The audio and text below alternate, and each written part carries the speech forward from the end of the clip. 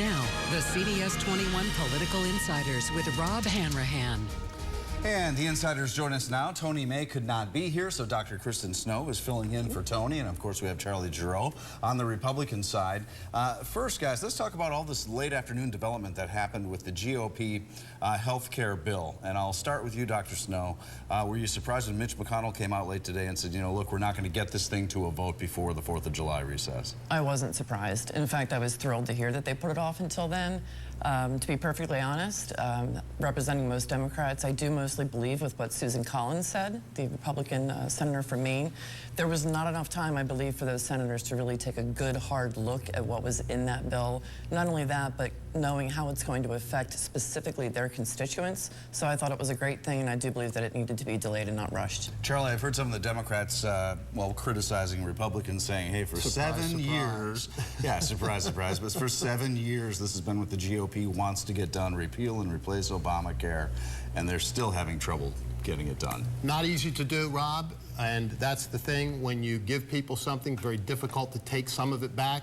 When you have a government program, they take very deep roots, hard time hacking them out.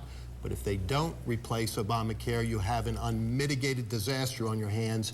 Even some of the Democrats are now admitting that Obamacare is falling under its own weight and collapsing every single day.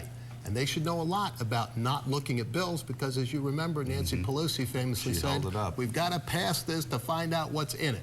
Now we know what's in it. It hasn't been good for the American people. But Dr. Snow, the Democrats have really not come forward and said, hey, I want to sit down and talk to you about this. What would have to happen to get some Democrats to the table to talk to the Republicans about what they're working on? I think one of the best things the Republicans can do at this point when they're looking towards crafting a bill is probably not sit in a room with 13 people behind a closed door. I think it would be helpful if they reached across the aisle, and I believe the Democrats are willing to do that. So I think that's a good start. No, a lot of them say they're not willing to do that, Charlie. I'd like to meet those that really are willing to negotiate anything. But what about your Republican friends that don't like this this bill the way it is? Well, that's where the problem is right and that now. Speaks volumes.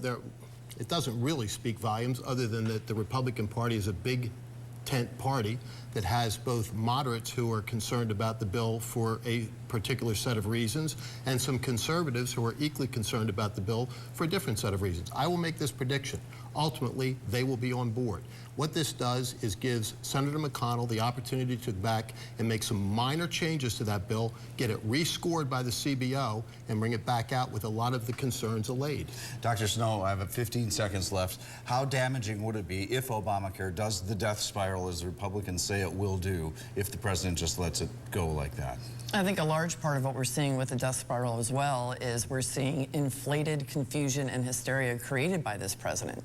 And I think that's also a problem. You see insurance companies pulling out of markets because they're afraid of what they're hearing coming out of the White House. So I don't think that that's helping at all either. They've been pulling out of those markets, Rob, for a long, long time. To put this at President Trump's feet is a complete misnomer. As always, I wish I had more time. We're going to have you back at 6 o'clock, though. We'll talk a little bit more about this and some other things going on. You can catch our political insiders. There we are. Right behind the camera every Tuesday right here. And make sure you join us for Face the State Sunday mornings at 8:30.